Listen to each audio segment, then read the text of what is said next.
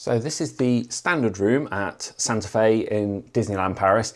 It's usually the cheapest room, which is why we've stayed here. So let's have a little look around. So when you first come in, there is not a huge amount of space here, but there is a big kind of luggage and storage space for coats and bags and things. You've got a nice shelf up here.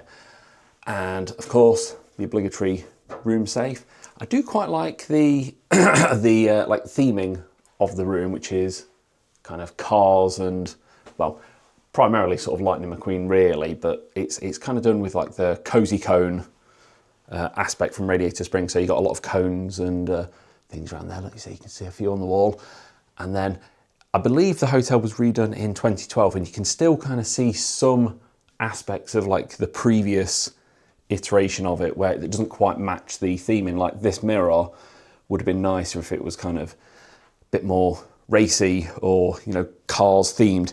There's a random tiny desk here with a bit of space underneath, and I believe, looking at this, it was probably where the phone went, because there's a phone port there and then a power thing, so the phone probably sat on there. But speaking of power ports, there are quite a few sockets around. There's kind of one there, one under there. There's a random high one on the wall there. There's one underneath the TV, and then there's one behind the bedstand, nightstand there. So because they've kind of gone for like this racing theme, there's quite a bit of like this corrugated metal, which I'm not actually sure is metal. It feels plastic to me, but that's kind of beside the point really. And then you've got kind of like cars, wallpaper striped around, followed by I was laying in bed looking at it the other night, and it took me ages to figure out what it was. It's Mater asleep in his kind of, I suppose, shed or home underneath the moon, which is kind of a nice little touch. I absolutely love these. I think they are such a great little addition. They sort of really make the room, to be honest. They just look really cool, and they add quite a bit of lighting. As you can see, the curtains, they look sort of proper retro 90s, but then when you get close, they are actually kind of zigzags with little roads and traffic cones on, so pretty cool. There's the, again, it's kind of standard Disney TV, which gives you a load of stuff like on demand and just regular. I suppose it's almost a bit like Freeview really. And as every Disney hotel, it says welcome and your name, and then there's usually a big thing on the front before you get anywhere.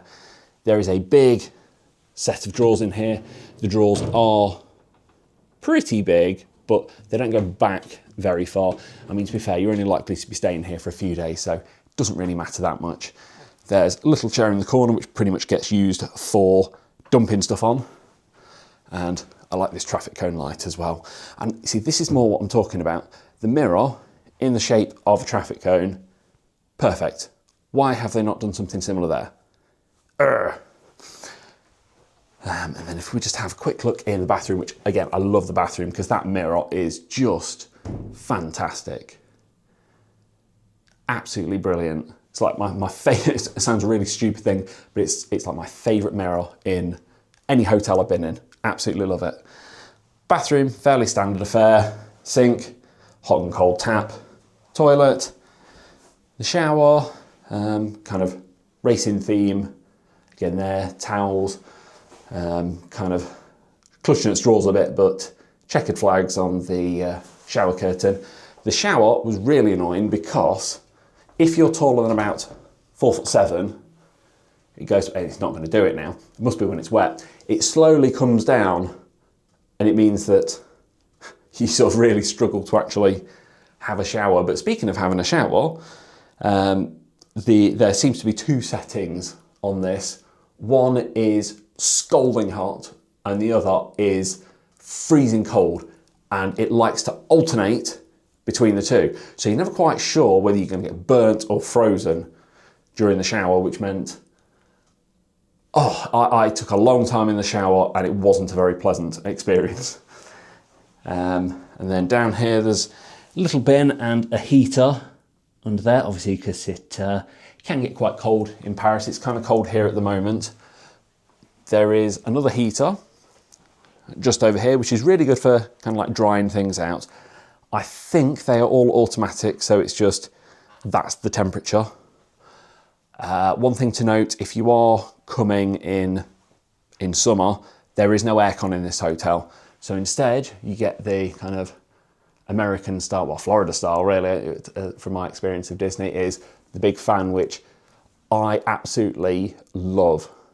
And I probably only love it because we're here in February, so it's pretty cold.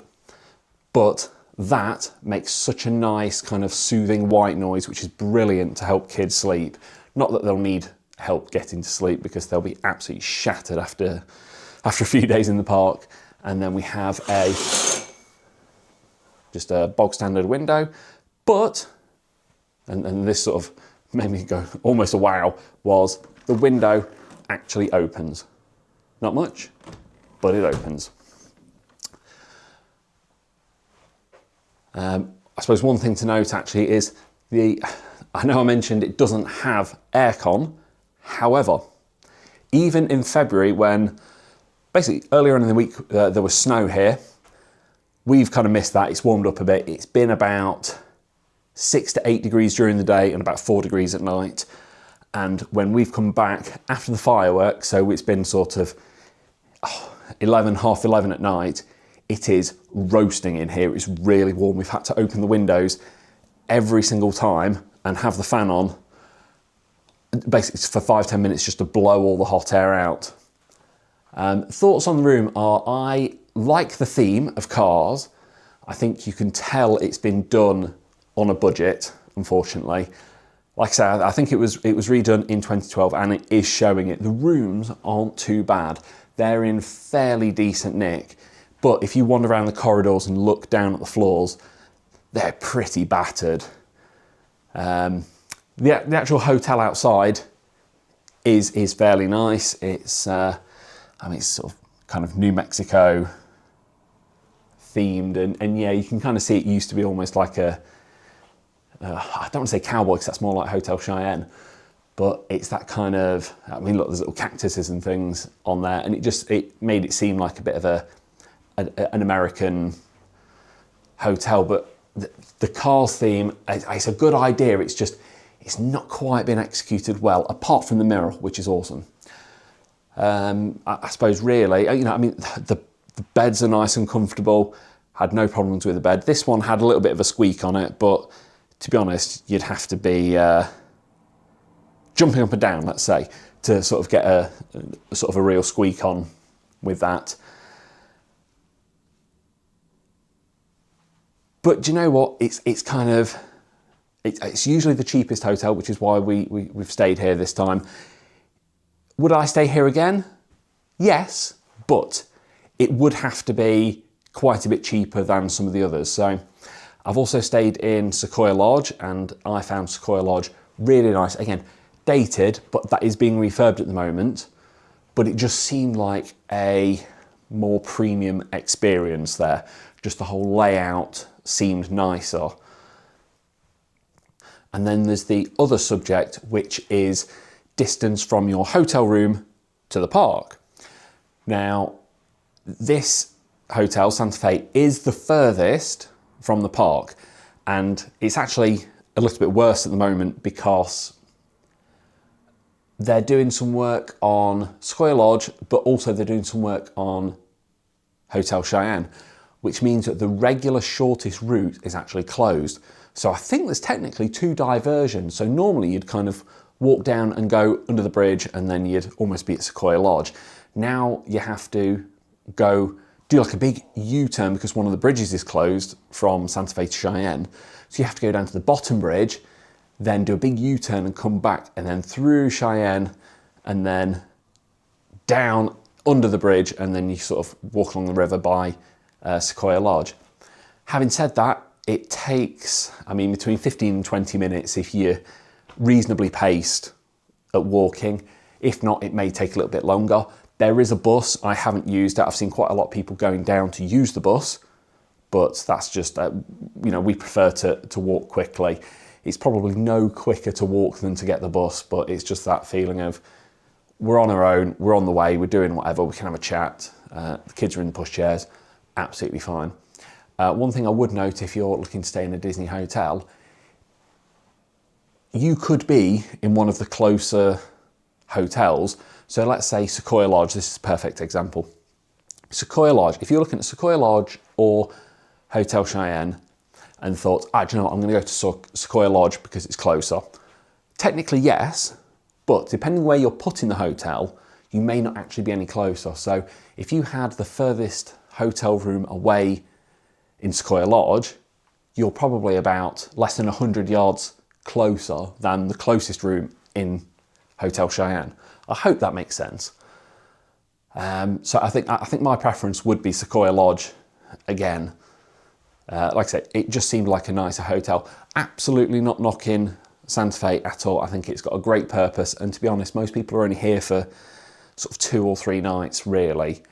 So to be honest, if you can put up with something being a little bit tired and a theme that might not be quite your thing, who cares? I mean, we use it as a base for sleeping anyway, so we don't spend much time in the room. We've paid for Disney. We're not here for very long, so we go out into the parks and enjoy Disney. So hopefully that's helped you see around this fantastic room. Apologies for like all the bits on the floor. This is literally at the end of the visit and we've cleared the room out and it is full of children bits, but that's kind of just the way the cookie crumbles. Let's have one last look at that fantastic mirror, because like I said, it is my absolute favourite. But thank you very much for watching. If you'd like to see anything else related to theme parks, in particular, you know, rooms or opinions, whatever, just make sure you hit that subscribe button. Liking the video goes such a long way, so if you could do that, that would be absolutely fantastic. Again, thank you very much for watching, and hopefully I'll see you out there.